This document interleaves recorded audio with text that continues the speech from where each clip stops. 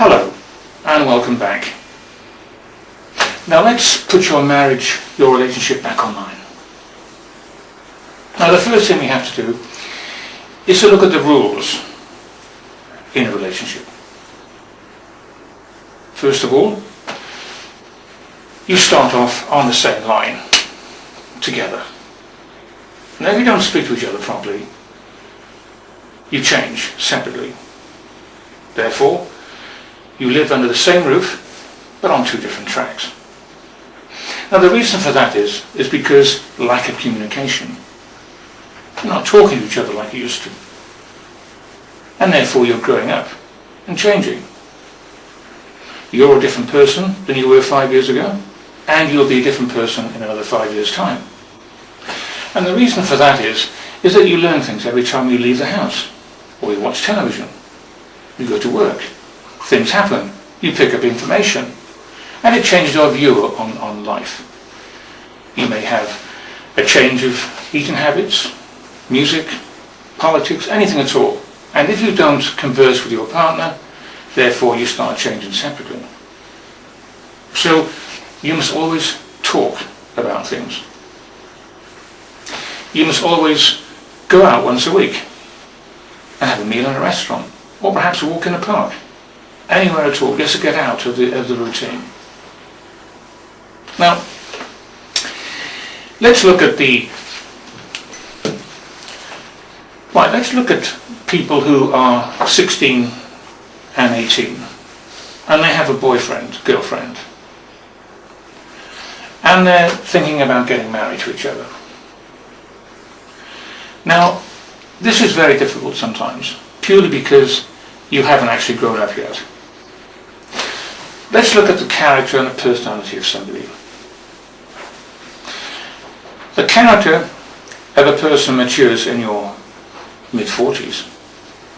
The personality of a person, however, starts when the baby's 2 years old and matures in your mid-late 20s.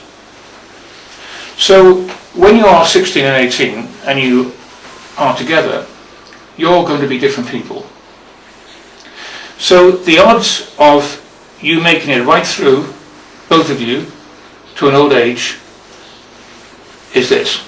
It is about 20% out of 100 you're going to make it. Now the reason why 80% don't make it is because they don't talk to each other again.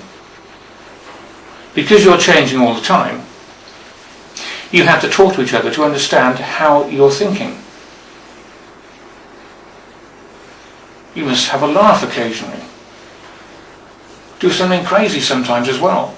Be together. Because if you don't, you will grow up separately and end up having a divorce. And that's what you don't want. Now let's talk about the rules of being married. First of all, there is no boss of the house. That went out in the 50s. Everything is 50-50. There are no secrets and no lies. Your money is your money and your money is your money. It's a team effort. Everything is a team effort. You work things out together and you make the decisions together. If you have children, you make a decision how to deal with your children if you have a problem. Don't go out and do it on your own because your partner may disagree with what you've just done. So you have to discuss things together, to work things out as a team. That is being together, being married, having a relationship. Now, it doesn't matter if you're a single person, this information is going to be good for you. It doesn't matter whether you're not married and you're living together, the rules still apply as to people being married.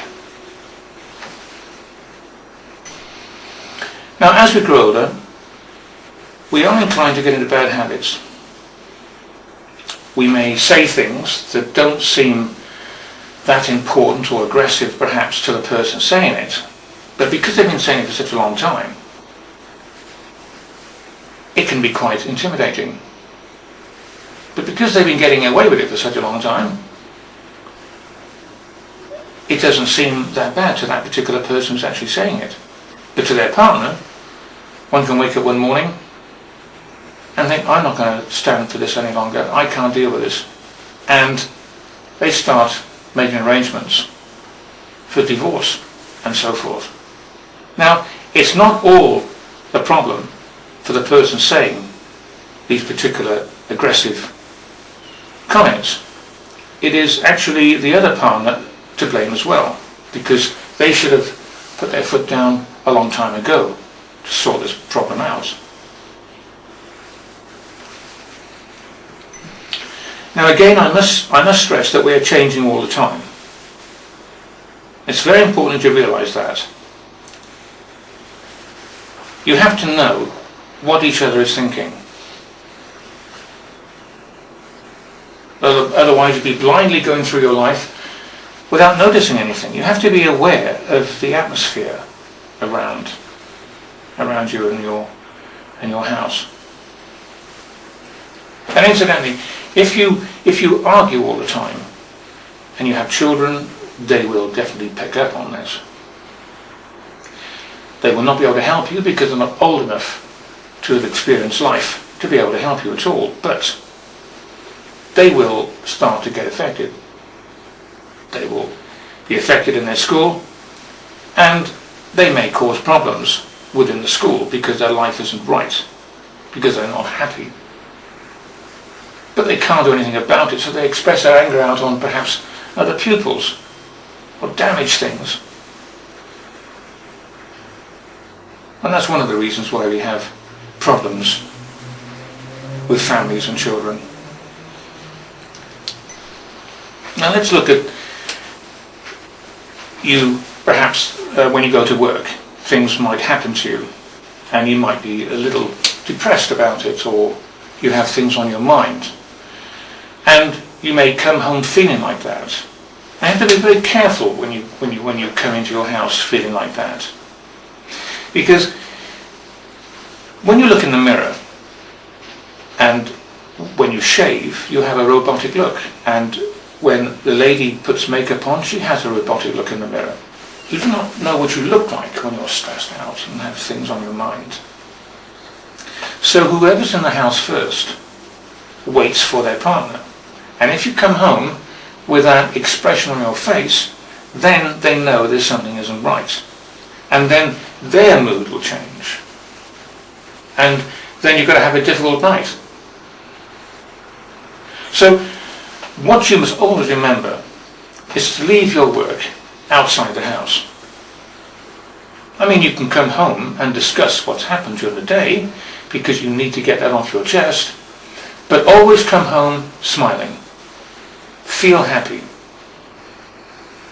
Now this can be done. Oh yes, it can be done. If you try this experiment, if you're driving from work in your car, or even on the bus, doesn't really matter, and you keep saying in your mind, I'm going to be relaxed and happy when I get home, and you keep repeating it, I'm going to be relaxed and happy when I get home, by the time you put the key in the door, that is exactly how you're going to feel. Purely because your subconscious is going to make you like that. Now let me talk to you about the brain and how you function. Now I'm going to simplify matters by saying your brain is in two parts. You have the conscious mind and you have the subconscious. Now the conscious part of the brain is 10%. Right, let me tell you how your brain works and why you get yourself in such a state sometimes with anger and imagination and so forth. I'm going to simplify matters by saying your brain is in two parts. You have the conscious mind and you have the subconscious.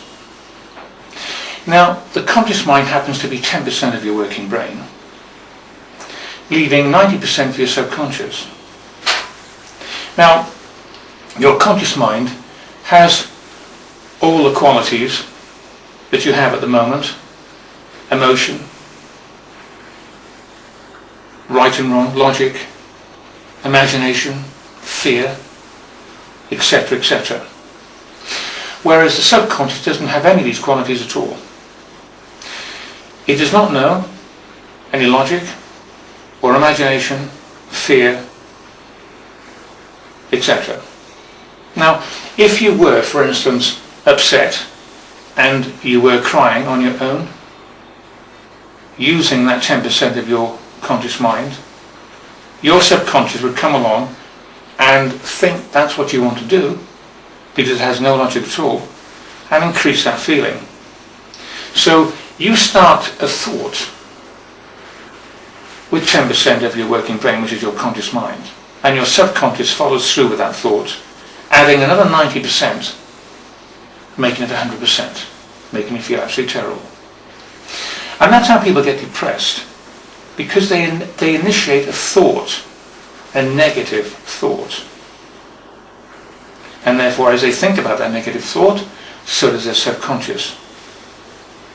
We have between 3,000 and 4,000 thoughts a day. And we have to be very careful how we think about things. So, if for instance you have a disagreement with your partner and you want to deal with it when he comes home or when she comes home, it's on your mind. And therefore, you're thinking about what you're going to say. And you could be getting quite angry while you're thinking about it, saying, I'm not going to put up with this and this, that and the other. And the more you think about that, the worse it becomes. And then when your partner comes home, he has it full on from you when you walk through the door, or she walks through the door, because you're not happy and you want to explode, purely because you've been thinking about it all the time, and so is your subconscious. Now, the conscious mind does not have a memory. It relies on the subconscious all the time. The subconscious has the knowledge. All the conscious mind does is initiate thought. You have to be very careful about the way you think about things. If you say, I can't do something, you won't be able to do it. You must always reply by saying, I'll give it a go. I will try. You must always be positive. So, you must never brood over things. You must always try and sort it out. And if one of you are coming toward each other and you're aggressive, you're angry, don't reply with confrontation, because then you'll be nose to nose arguing. You have to say, what is the matter? Why are you speaking to me like that? Let's have a cup of coffee and talk about it. Always throw the question back. Always throw it back. Then they have to think about it. Why am I speaking like this? They might turn around and say, oh, I'm sorry about that, I just don't feel very well today. And you can sort it out like that. But never reply with anger.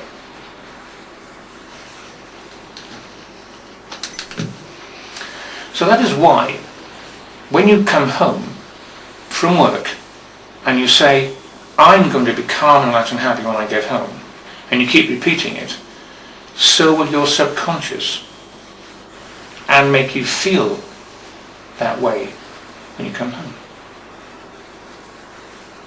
Now let's take a critical time. Let's take a situation where two people are arguing all the time and they're not getting on at all. Just consider the fact that they were visiting people, or you went out somewhere and you were coming home late at night. And it happens to be 2:30 in the morning and there isn't anyone else on the road but yourselves in the car, having a tremendous argument, and now you're not speaking to each other. Suddenly, in the dark, you see lights up ahead on the road. And the closer you get, the more you see. And you suddenly realise 2 cars have a head-on collision, forcing 6 or 7 people out of the windows and doors, spread out all over the road, dead or alive, we don't know, and steam and smoke everywhere, and you are the only 2 that have arrived on the scene. And you have a mobile phone, and you're ringing all the services and do the best you can, under the shock you may be under, or the experience you may have. You start working straight away as a team, don't you? Where are your problems at that stage? You don't have any, because you have changed your thought. What you're seeing is far greater, and it's changed your thought completely, and you've forgotten about what you were arguing about. Now your adrenaline's gone through the roof. And that'll be like that for a week. After the services and the police and so forth have arrived, and you've given statements and so forth, you go home, and you're a different person, both of you. Different people. You look back on your particular arguments, and they don't seem that important at the time, because you feel a lot better, purely because you've had a break from that negative thought of each other.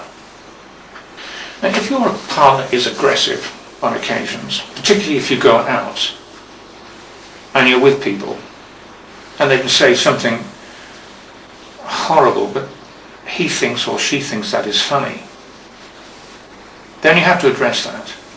You can't put up with things like that. So many people come to me and they say, I don't like the way my partner is conducting themselves. And I'll say, well, what have you done about it? What did you do about it? And a lot of people are inclined to say, well, nothing, I put up with it for all these years. Well, they're just as much to blame for this particular problem. You have to address situations straight away and sort this problem out. Because people can talk like that. They may talk like that at work, and they can come home and they may go out and they want to be the comedian in the group and start saying things that make everybody laugh, and they could be quite insulting. You have to deal with that and speak to them about it and say how you feel about it.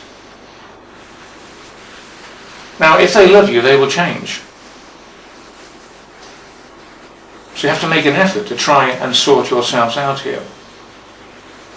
Remember, you have to respect each other. Share everything together.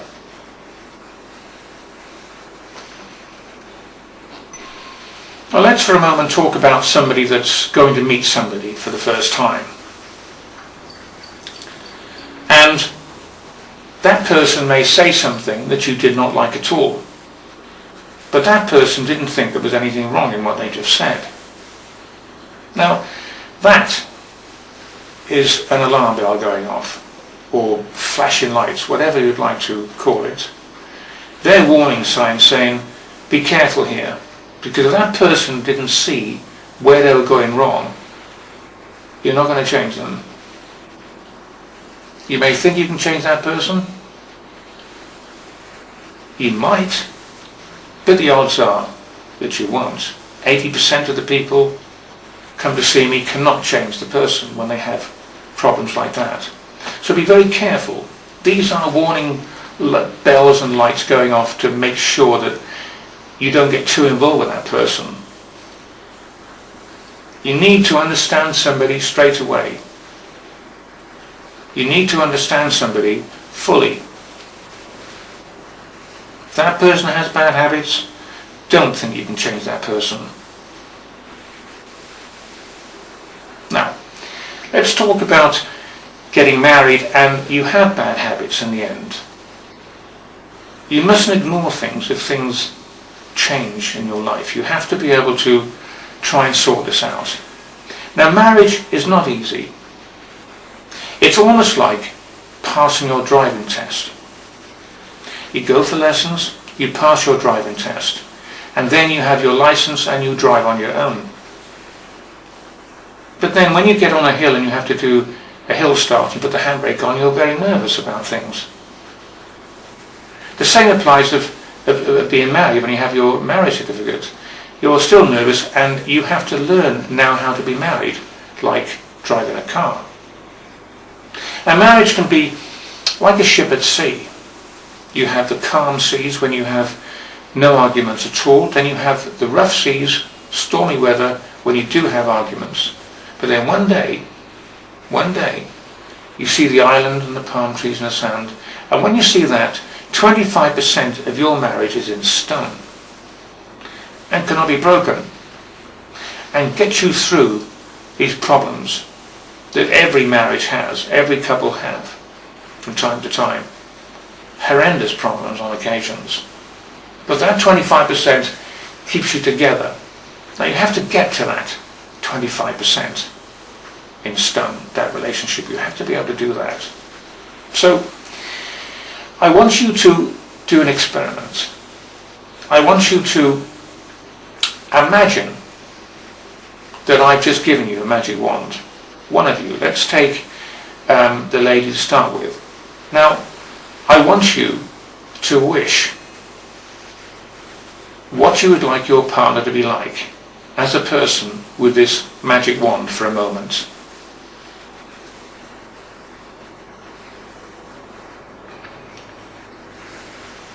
Now, you may need a few moments, a few minutes to work that out. But when you have worked out what you would like your partner to be like, you then tell your partner what you'd like that person to be like, your husband or partner to be like. And don't, be honest with yourselves. Because when you listen to this DVD, you have to be honest with yourselves totally. So, your husband is now, or partner, is going to listen to what you have to say. Now you have to take this on board here, seriously, because these are the issues that you have to address. These are formulating into rules in a moment. So you have to say what you would like your partner to be like. And then, imagine you've given the magic wand to your other partner. Now, your husband now has a choice to decide what he would like you to be like as a person. And there again, he may take moments as well to decide what he would like to say. But you have to be honest with yourselves. Don't kid yourselves on this one. You have to be able to be honest and say what you would like your partner to be like. Now, another form of a good exercise is this. You get yourself a sheet of A4, put a line down the middle of it, and you head each line, each side, good points on the left and bad points on the right. And you start writing all the good points and all the bad points. Don't write too much about one thing, just enough for that person to understand. You might use 4 sheets of A4. It might take you 5 minutes or 5 days. It doesn't really matter how long it takes or how much paper you use. And your other partner obviously does the same. Now, don't give your piece of paper, your report, to your partner without that partner finishing theirs first as well. Because they might alter theirs after reading yours. So, when you've both completed it, and only then, you exchange at exactly the same time. And you read it. And you absorb everything that's been written down. Now, to get to understand each other like that, you would have to talk to each other for 6 months just to understand what is written down on that paper. It's a very good test. So, you have to be honest with yourselves. Use the magic wand. Make your decision to say what you'd like your partner to be like. Now, these are the rules. So be very careful what you say. These are the rules that you have to make now for each other. Now, you can either give yourself a 3-month or a 6-month probational period of time. Let's call it 6 months. Now, you have to make these rules, and you both have to understand them fully. Now, you have to live according to these rules you've made for each other to sort out the problems. Now, if on the odd occasion you might slip up and say something that you regretted afterwards, it just came out automatically, your partner has to say, code red. That's the code to use. Code red. And your partner will take a stand back and think, I was out of order there, I'm sorry. Now, sometimes it can happen quite easily when you're not well. When you have the flu coming or something like that. Not 100%, it could be quite irritable, so you have to be quite careful on how you express yourselves. And therefore the other partner has to say code red, and you have to take a step back and take it on the chin and apologise.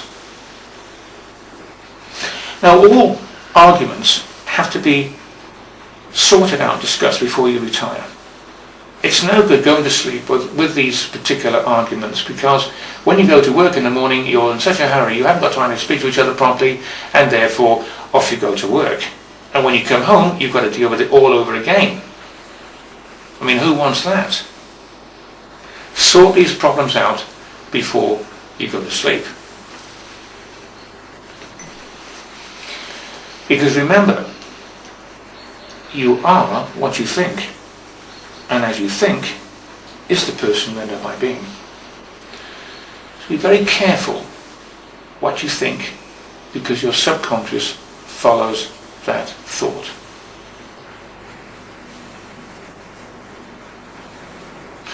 Let's experiment, because you might question that. Let me show you an experiment, for instance. I don't know whether anybody's seen somebody being hypnotized live on the stage, but let's imagine that somebody's giving you a couple of tickets and you're going to see what it's like. And perhaps you're not that person to experience what it's like on the stage, so you'll sit there in the audience and be entertained. The hypnotist will come on, introduce himself, and maybe crack a few jokes to try and warm everybody up. He might ask for volunteers, and half the audience will put their hands up because they want to experience what it's like to go on the stage. But he won't normally pick people like that. He'll normally do a test. And the test is this. Anybody can do this. He will say, put your hands out like that. And stretch them out. Now you have to agree in your mind with everything he says. So he'll say, in a moment, I'm going to paint your hands with super glue. And you have to say in your mind, okay. Now I'm coming along to paint them with super glue. And you have to say, okay, in your mind. Now I have painted them with super glue. And again you have to say, okay, in your mind. Now put your hands together like this and squeeze them tight. Now they're glued. And you have to say, okay. And then he'll say, the harder you try to open them, the harder it'll be. And you won't be able to open your hands. And everybody's stuck. You will not be able to open your hands if you do it correctly. If people open their hands straight away, that means they didn't agree. In their mind they probably thought, oh, this is rubbish, this isn't going to work. But if you do agree all the time, you will not be able to open your hands for that moment in time. It'll be like that. Can't open them. Now what's happened there is, your subconscious has followed what you've just thought about. Even though you don't have any super glue on your hands at all, it's followed your thought and stopped you opening your hands because it thought you had super glue in them. Obviously, if you say, I don't have any super glue, your hands open straight away. Or the hypnotist will come along and say, everybody can open their hands because they don't have any super glue in them. And they all open their hands. See how the subconscious follows the conscious mind. To be very careful how you think. Nobody really understands the importance of the subconscious.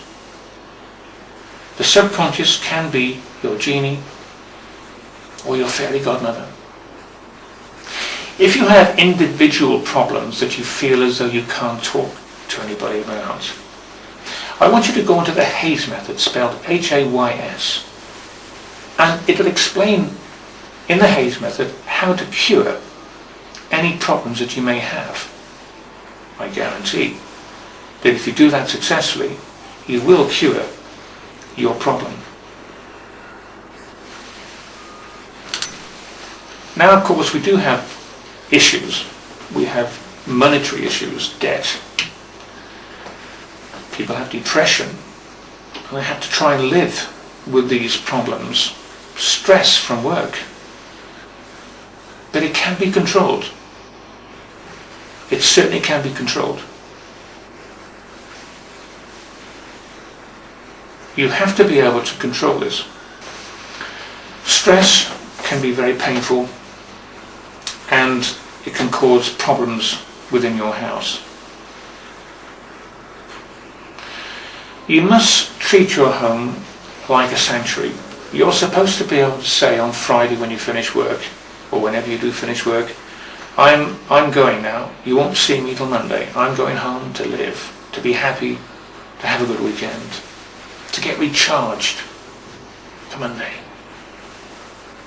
You're supposed to come home also each night to get recharged for the next day. Now, don't worry about things all the time, because they only get worse. Things will work themselves out with logic. Now, I had a lady who came to see me and she kept going red in the face every time the manager wanted to speak to her. Now, she did an excellent job, and the management used to see her occasionally every month or so. And on one occasion, well, every occasion, when they ask for her, she thinks about, what have I done wrong? What do you want to see me for? She starts going red in the face. And this was a problem, blushing all the time. And by the time she actually got to the manager's door, she was bright red with worry about, what have I done? Why does he want to see me? What have I done?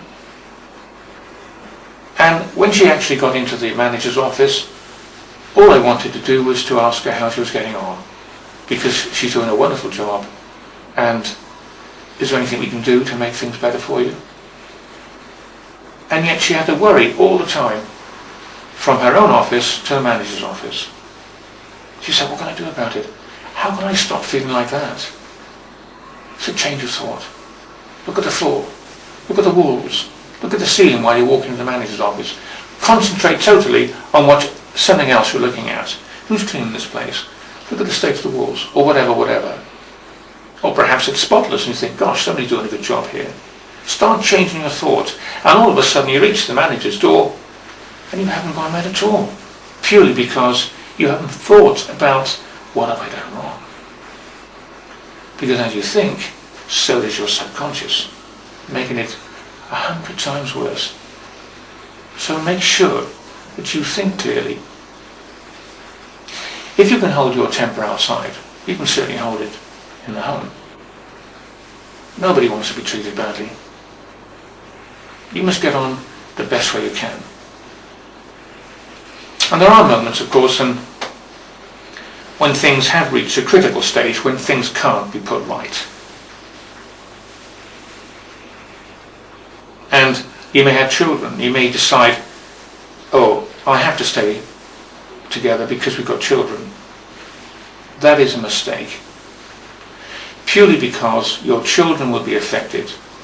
You will be affected, your partner will be affected, and you'll have a miserable life.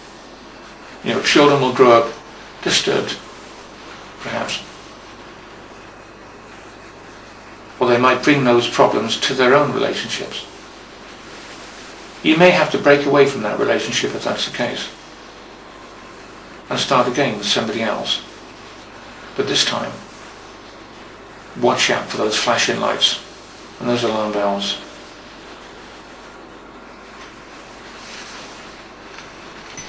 So let's recap on what we just said.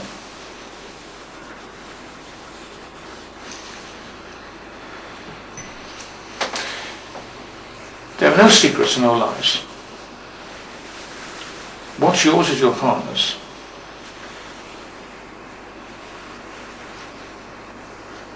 If you're not married, or you're living together and have been for a long time and you have children, you say, oh, I don't believe in marriage.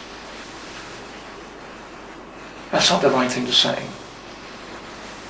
Purely because, in legal terms, you may have a problem with your inheritance. And sometimes people feel so insecure that they don't want to get married because they feel as though technically they'll be signing all their rights away. Well, if you love somebody enough to live with them, you shouldn't be thinking like that at all. Everything's 50-50. There's no secrets, no lies, and everything's 50-50. You make decisions together, which is 50-50, everything. When you come home, be happy. Smile, because you don't know what you look like, as I said to you in the mirror. Your partner has the advantage. So, the best of luck. You keep to my rules and you will make it. Thank you.